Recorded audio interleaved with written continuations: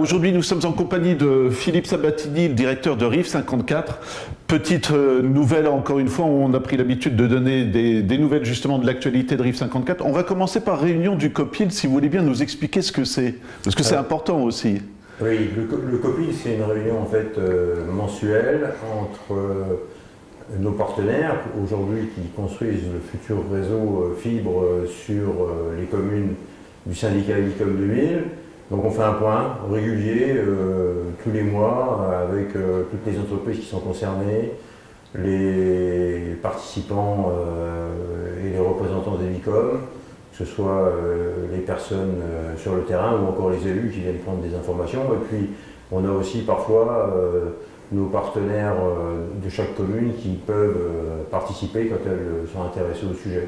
Voilà, donc c'est une réunion, on fait le point sur l'avancement des travaux, sur les difficultés qu'on rencontre et sur les solutions qu'on peut apporter. Voilà, alors avancement des travaux, il n'y a pas longtemps, on a rencontré David qui est technicien qui nous a emmenés sur place pour bien confirmer que la fibre était en ce moment commençait à être installée par RIF 54. L'occasion justement de rappeler, il y a deux communes qui s'inquiètent un peu, je vous laisse nous en parler tout simplement. Alors, je vais faire un tout petit rectificatif. Ouais. La fibre est installée par Elicom 2000. Oui, oui, oui. Moi, je mélange tout le temps, donc voilà, on va bien préciser. L'opérateur d'immeuble, c'est le syndicat Elicom 2000 qui installe la fibre donc, sur 7 communes du syndicat. Les travaux continuent, effectivement. Il y a un tout petit peu de retard au regard du planning initial, puisque, bien évidemment, quand on est sur le terrain et c'est des travaux d'ampleur, on est toujours confronté à des situations parfois qui sont délicates, notamment puisque ça a été évoqué, le sujet du pont qui va être démoli entre Ersorange et Aucourt, où là on avait un parcours qui était identifié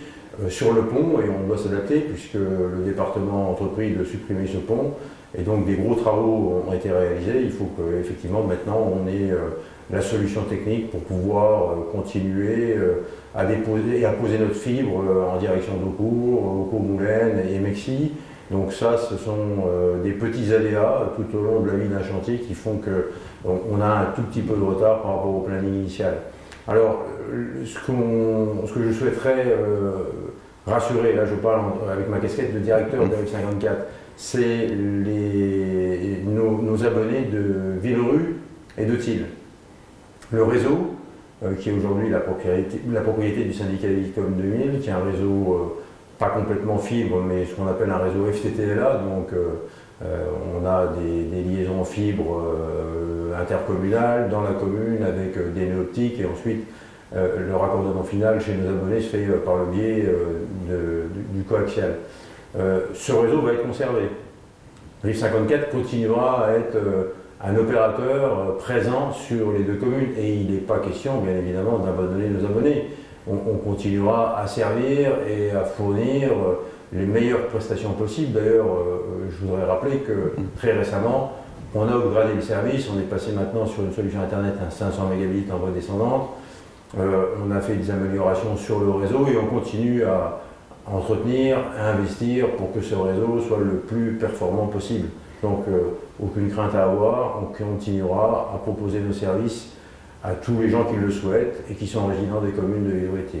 Donc en conclusion, on précise à nouveau qu'on ne laisse pas tomber nos abonnés de Thil et Villerue, hein, tout simplement, restez chez nous quoi. Ah, là, il n'y a pas de souci, ils peuvent rester chez nous sans problème, on continuera à avoir les mêmes services, que ce soit sur l'offre télé, l'offre internet et l'offre téléphonie. D'ailleurs, je rappelle encore une fois qu'on a baissé notre offre téléphonie il y a peu de temps. Et je pense qu'on va continuer, si on en a la possibilité, à offrir toujours un service de qualité et à moindre coût. C'est notre objectif en fait.